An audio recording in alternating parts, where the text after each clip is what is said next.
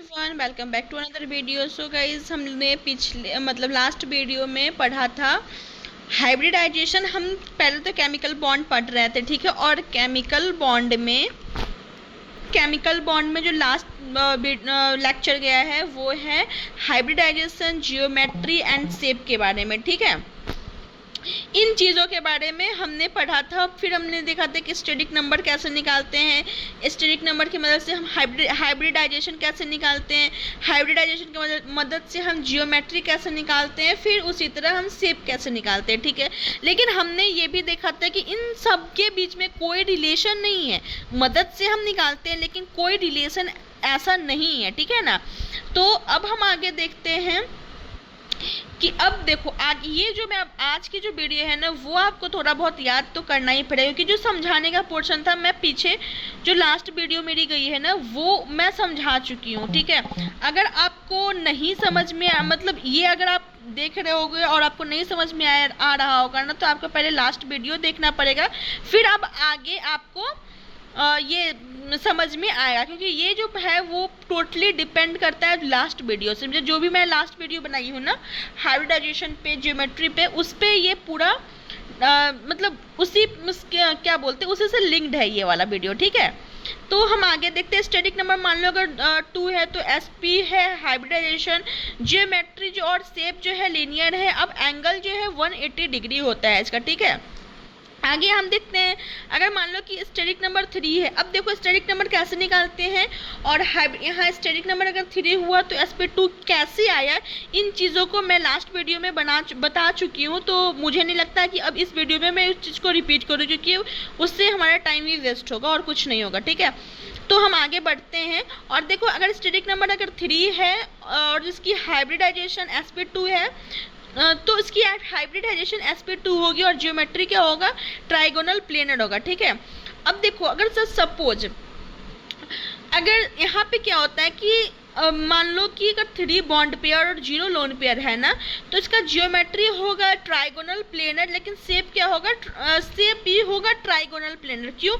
क्योंकि यहाँ पे 0 लोन पेयर है, ठीक है। लेकिन मान लो कि अगर 2 बॉन्ड पेयर और 1 लोन पेयर होता है ना, तो यहाँ पे शेप चेंज हो जाता है और क्या होता है, ज्योमेट्री तो सेम ही रह जाता है, ट्राइगोनल ही, ठीक है, ट्राइगोनल प्लेनर ही। लेकिन जो शेप है वो बेंट हो जाता है, भी शेप्ड हो जाता है, या फिर एंगुलर शेप से हम कह सकते हैं, ठीक है। अब हम आते हैं कि अगर मान लो कि स्टेरिक नंबर अगर 4 हुआ तो हाइब्रिडाइजेशन जो है वो हो जाएगा SP3, ज्योमेट्री जो है वो टेट्राहेड्रल हो जाएगा। फिर अगर मान लो कि 4 बॉन्ड पेयर है, 0 लोन पेयर है, तो ज्योमेट्री और शेप दोनों सेम होता है। लेकिन मान लो 1 लोन पेयर है तो यहाँ पे जो शेप है वो हो जाएगा क्या, ट्राइगोनल पिरामिडल, ठीक है। अगर 2 लोन पेयर है तो क्या हो जाएगा, शेप बेंट शेप हो जाएगा, ठीक। ये आप अच्छे से नोट डाउन कर लेना।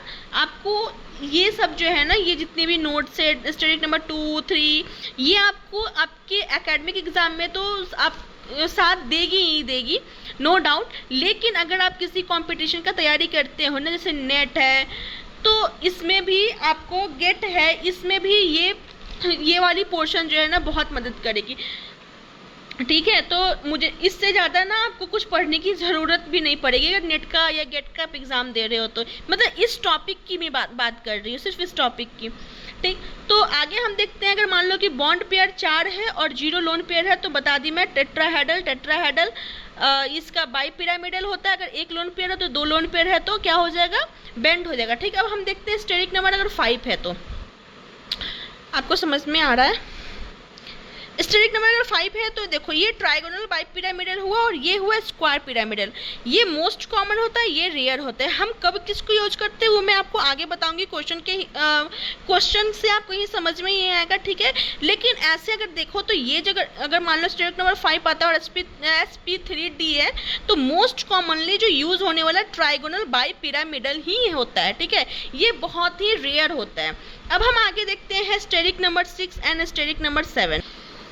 तो अगर स्टेरिक नंबर 6 हुआ ना, तो इसमें होगा बॉन्ड पेयर प्लस 0 लोन, 6 होगा बॉन्ड पेयर और 0 होगा लोन पेयर। तो इसका क्या हो जाएगा, ऑक्टाहेड्रल हो जाएगा, ठीक है। दोनों जियोमेट्री और शेप दोनों ऑक्टाहेड्रल होता है, ठीक है।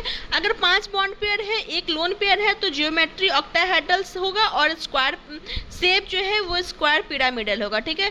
बॉन्ड पेयर अगर 4 होता है प्लस 2 लोन पेयर होता है तो जियोमेट्री ऑक्टाहेड्रल हो जाएगा, शेप जो है वो स्क्वायर प्लेनर हो जाएगा, ठीक है। ये कुछ ऐसे एग्जाम्पल है। TEF 5 इसका क्या होगा, शेप, तो स्क्वायर पिरामिडल होगा। ये आप थोड़ा याद कर, मतलब समझ लो, अपने ध्यान में रख लो, ताकि आपसे अगर डायरेक्ट यहाँ से क्वेश्चन आता है तो आप बता सकते हो। ZEF 4 है तो स्क्वायर प्लेनर होता है, ठीक है। तो ये चीज़ है।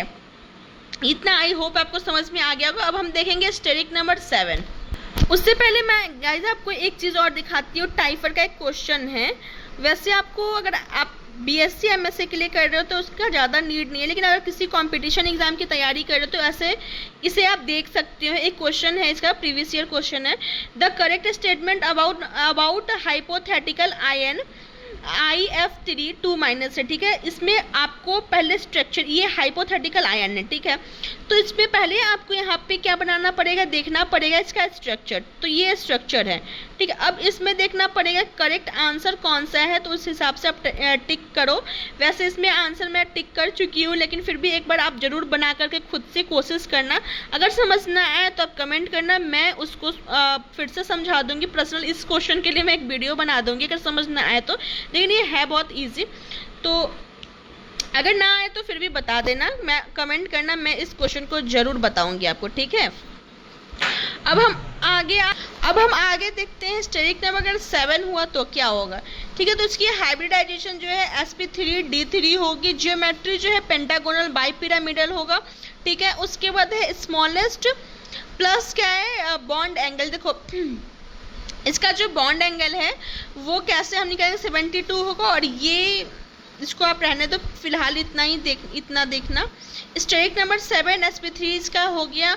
हाइब्रिडाइजेशन जियोमेट्री पेंटागोनल बाइपिरामिडल है। बस इतना ही आपके लिए है और कुछ नहीं, इन चीज़ों पे आप ध्यान ना दो। तो बस आज के लिए इतना ही, आपको समझ में आ गया होगा स्टेरिक नंबर 2 3 4 5 6 7 तक, ठीक है। इतना ही आज के लिए। जो भी नोट्स है आप नोट्स बना लेना अच्छे से, क्योंकि मैं आपकी वजह से इतने अच्छे से नोट्स नहीं होता कि आपको समझ में आए, क्लियर आपको दिखे। तो आज बस इतना ही है।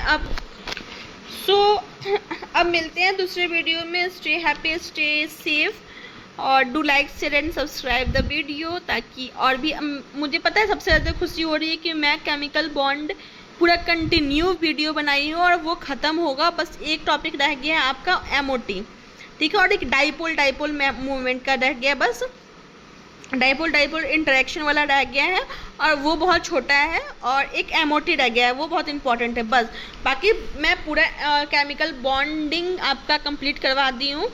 सो आई होप आपको इन सारे वीडियो, जो भी वीडियो में है वो आपको पसंद है। अगर पसंद आ रहा है तो प्लीज़ सब्सक्राइब करो, लाइक करो और शेयर करो, ठीक है। तब तक के लिए बाय बाय।